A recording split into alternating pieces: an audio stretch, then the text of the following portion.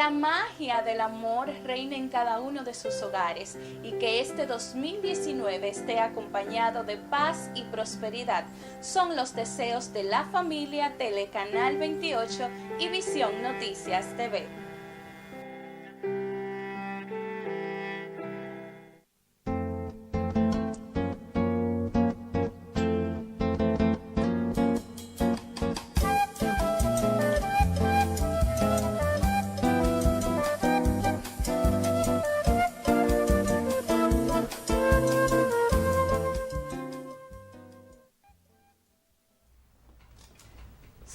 Saludos país, muchas bendiciones para todos y para todas. Aquí se inicia esta ventana de compromiso con la patria, voz para el cambio.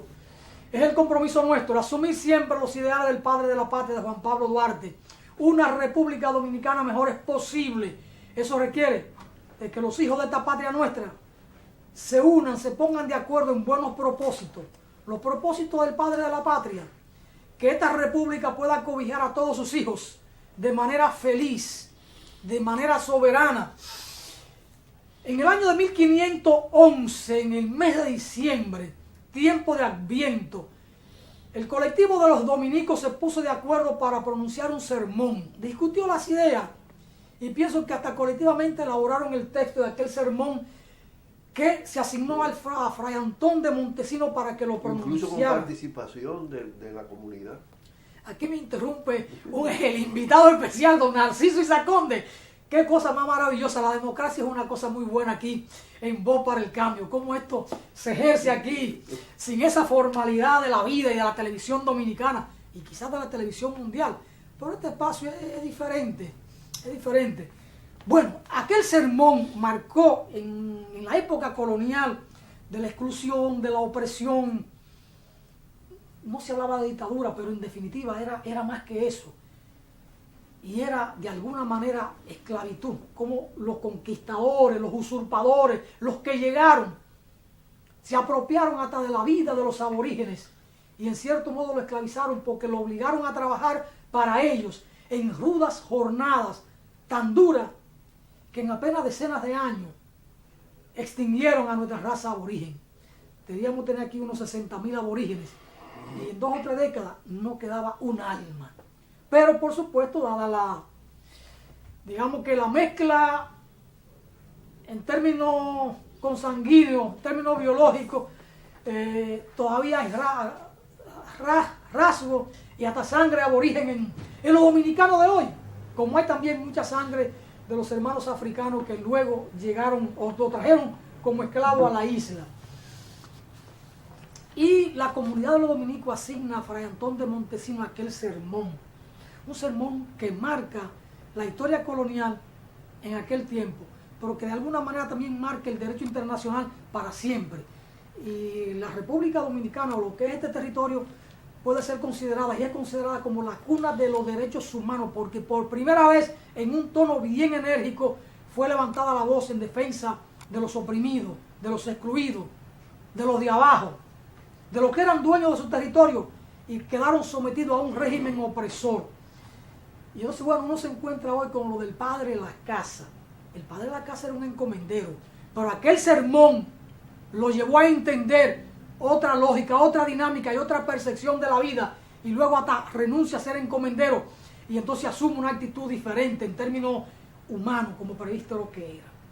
Es decir, sumamente interesante. ¿Y qué dijo Fray Antón de Montesinos en aquel momento con la presencia del gobernador, el hijo de Cristóbal Colón, don Diego Colón, y toda la corte colonial que había aquí?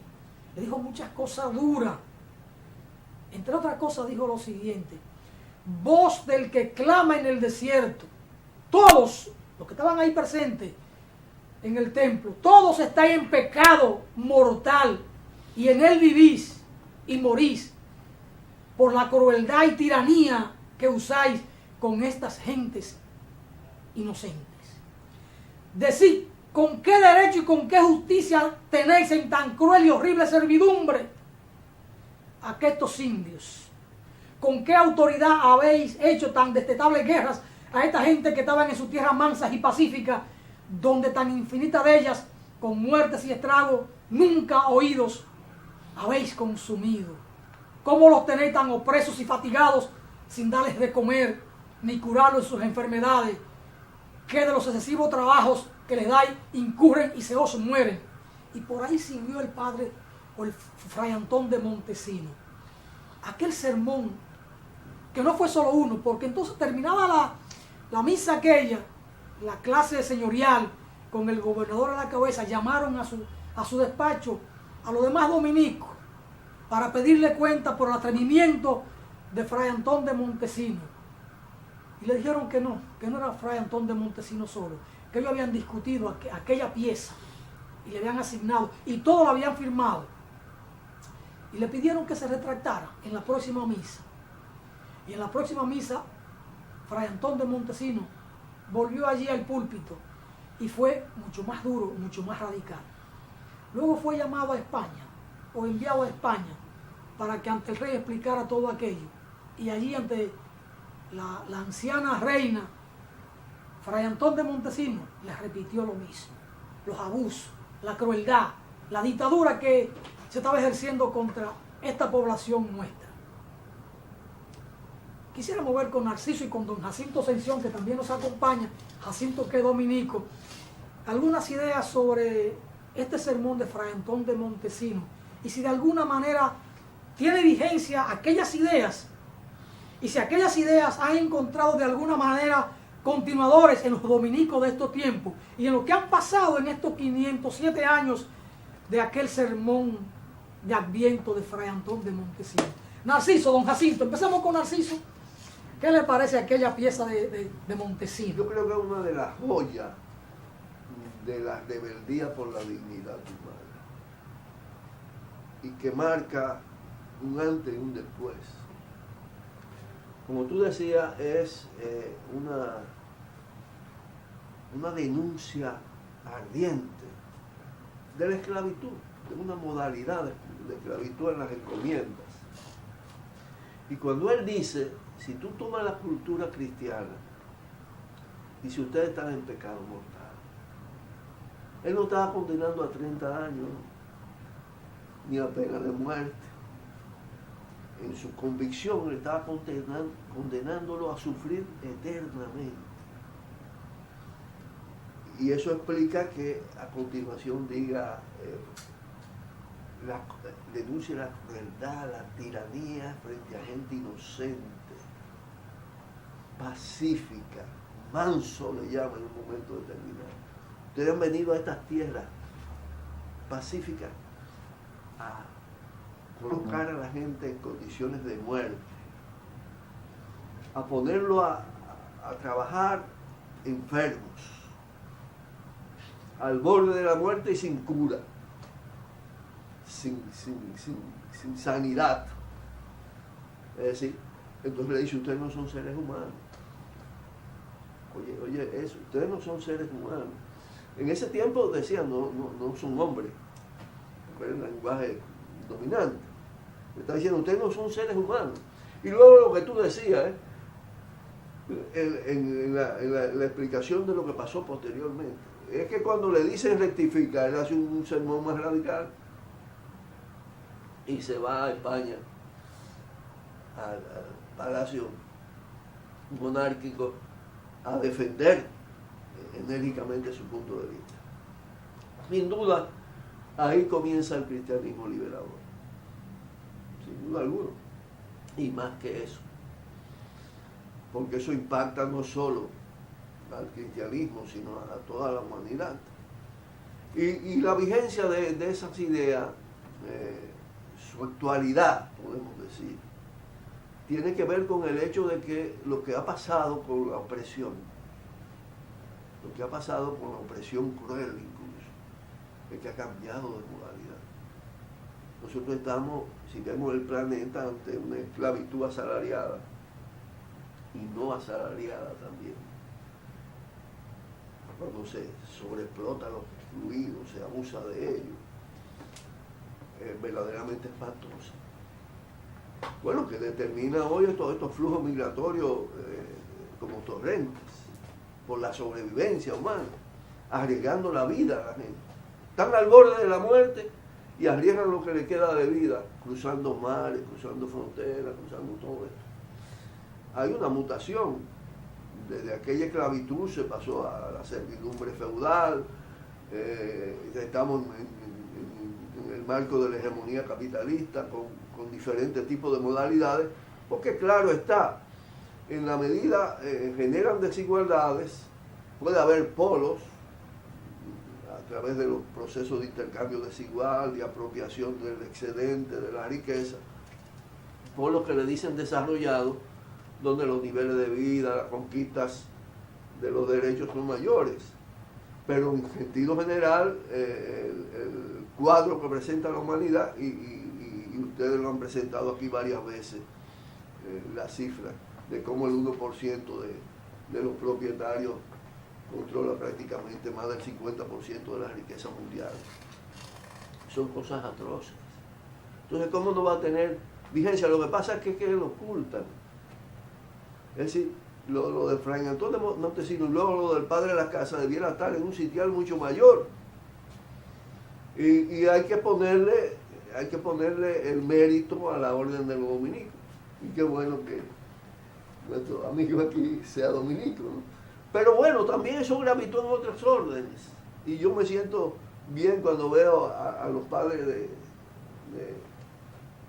la iglesia de la Mercedes, los franciscanos, haciendo intervenciones que exaltan la revolución de abril, que reconocen la rebeldía de Camaño.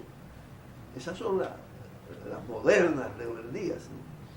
De manera que la impronta, el sello que marca el sermón de Montesinos es imborrable y habrá de tener una vigencia aún después de la propia liberación de la humanidad, porque se le va a atribuir un mérito incalculable a ese paso inicial en el llamado Nuevo Mundo. Y aquí vienen todas la manera como se manipula el lenguaje. A eso se le dice descubrimiento. Jacinto. Hace tiempo que estaban descubiertos. Existían. Lo que existe no hay por qué descubrirlo. Jacinto, en estos 507 años del sermón, ¿ha conservado vigencia esa corriente en los dominicos? ¿Se puede hablar ahí de una corriente histórica? Bueno, analizar este tema y más conmemorando este sermón de Adviento de Fray Antón de Montesinos, me gusta mirarlo todo en el contexto del Adviento.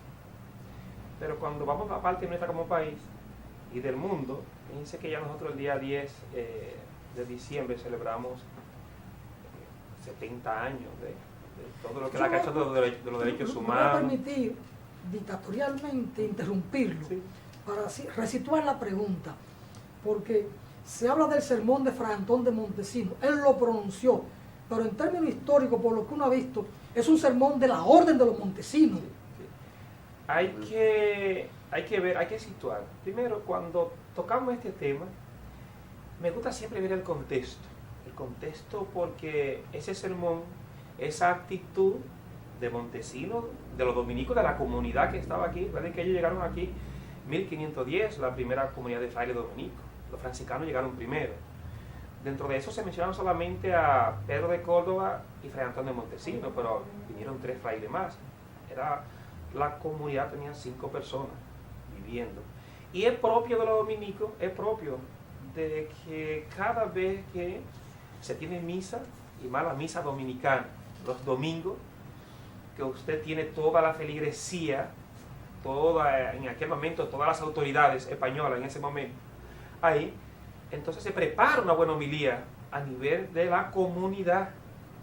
Se leen los textos y luego cada uno va aportando cómo se puede enfocar, qué se puede decir, se hace una reflexión de lo que está pasando, porque al final el dominico por naturaleza es un predicador, y un predicador tiene que tener 2 cosas: esa mirada social, siempre, ¿para qué?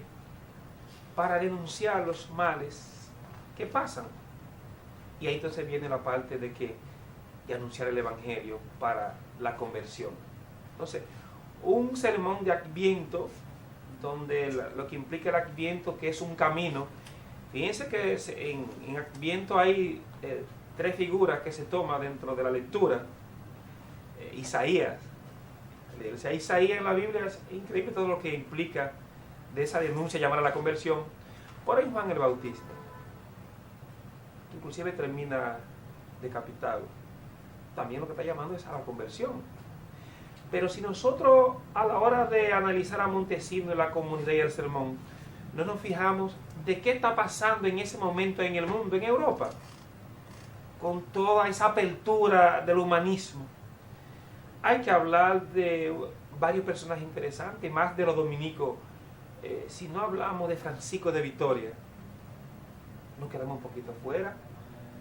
Pero si ampliamos un poquito el nivel de pensamiento que se tenía en ese momento, era una discusión en Europa sobre si las personas que estaban aquí tenían derechos de gente, que se reconocieran como gente.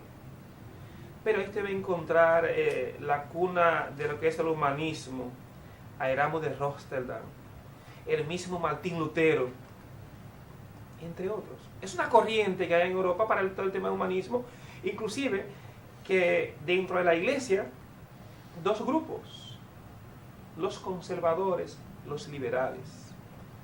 Fray Antón de Montesinos y ese grupo que vino aquí a América, viene de esa ala que liberal, con esas ideas de venir a hacer un trabajo acá, pero sobre todo cuando llegaron aquí vieron todo lo que estaba pasando, automáticamente como buen dominico, apegado a lo que implica orden de predicadores, no se podían quedar callados ante tantas injusticias, ante tantos males que estaba pasando con los indígenas en este momento. Por eso que cuando tiran el sermón, automáticamente las autoridades, ¿qué pasa? Van donde que el prior de la comunidad, Pedro de Córdoba, para que le diga a Montesinos que fue muy duro, que si era posible, con una orden, que la semana próxima, el siguiente domingo, que sea... que se retracte.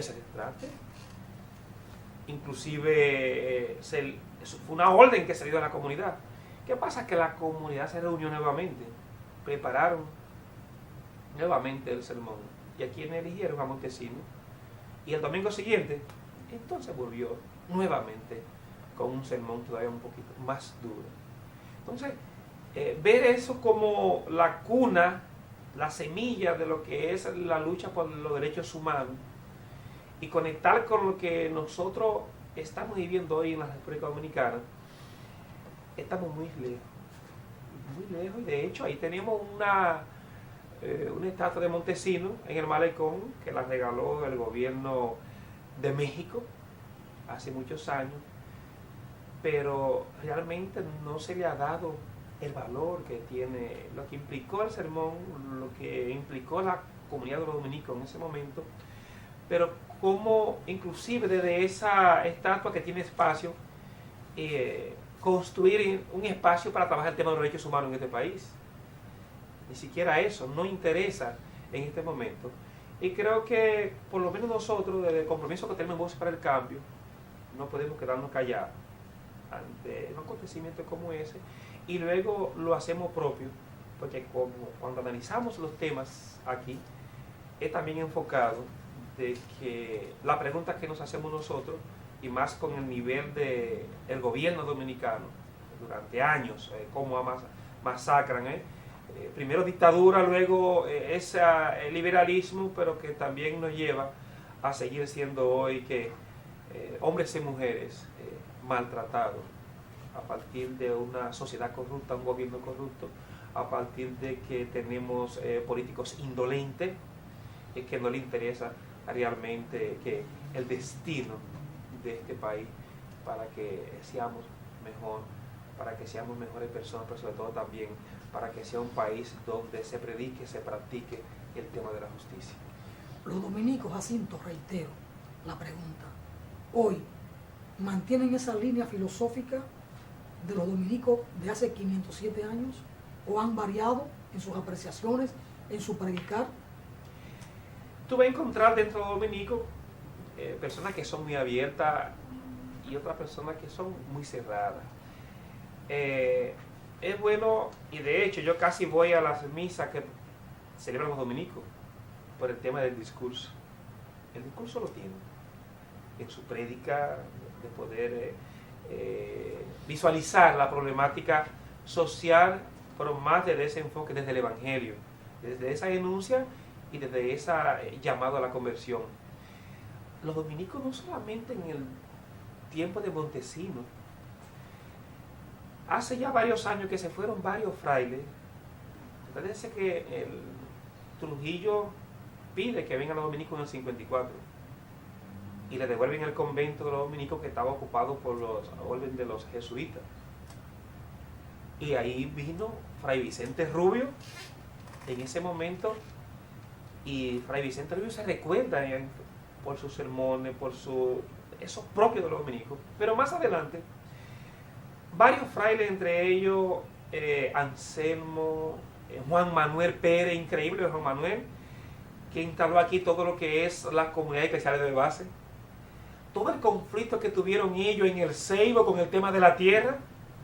Pero ahora mismo hay un fraile dominico en el Ceibo, porque hasta la parroquia le quitaron, por su discurso, por su defensa a los campesinos, le quitaron la parroquia, y están allá porque ahí tienen una emisora, Radio Ceibo, y da gusto escuchar la emisora.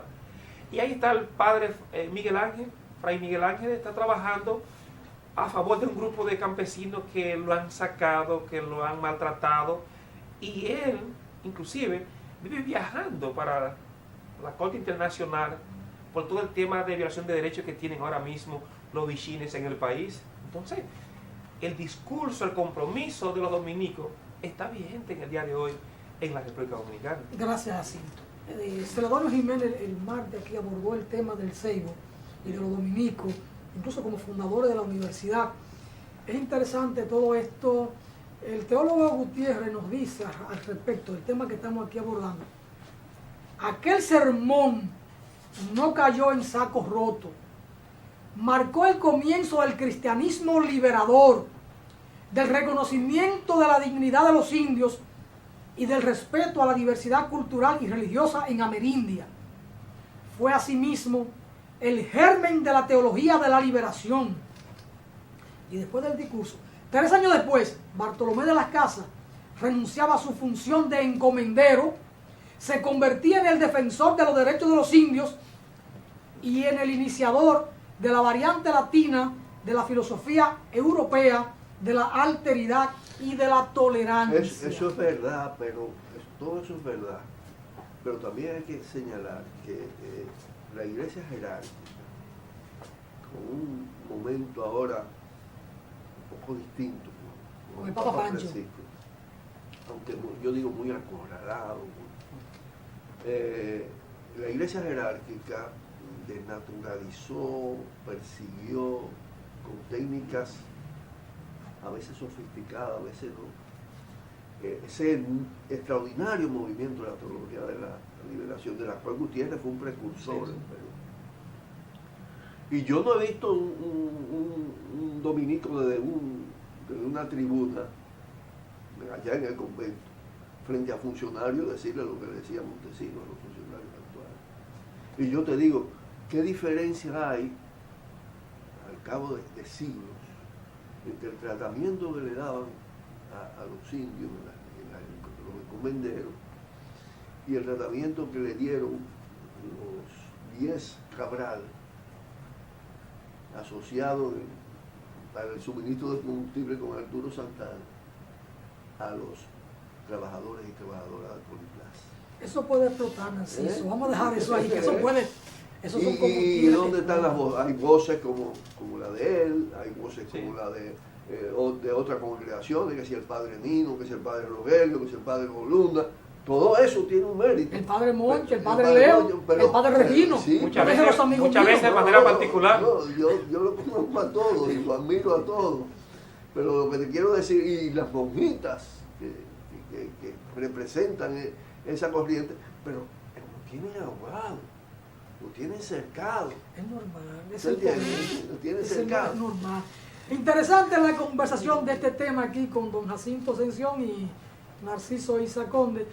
Al respecto del monumento ahí en el Conde, en el Conde No, en el Malecón, a Fray Antón de Montesinos, hemos planteado recuperar ese espacio hasta para la poesía liberadora. Y lo veíamos con Celedonio, que coordina la Cátedra Montesinos en la Universidad Autónoma de Santo Domingo, y le propusimos que este espacio en su ala, en su vertiente poética, pueda asumirlo también. Hay que ver ahí qué puede pasar para recuperar ese espacio y render tributo y memoria y reivindicar ese pensamiento liberador. Y el parquecito de la casa del padre ahí Montesinos. en la Padre Villina, esquina Meriño, al lado del parqueo. Estaba realizado. Que tiene un monumento hermosísimo, ese monumento es hermosísimo. Hay que asumirlo, don Jacinto, y alguna peña poética de la que hacemos en la cafetera, podemos trasladarla de momento para allá. Vamos a una brevísima pausa y después retornamos en Tiempo de Poesía, en Voz para el Cambio. Vamos arriba, señor director.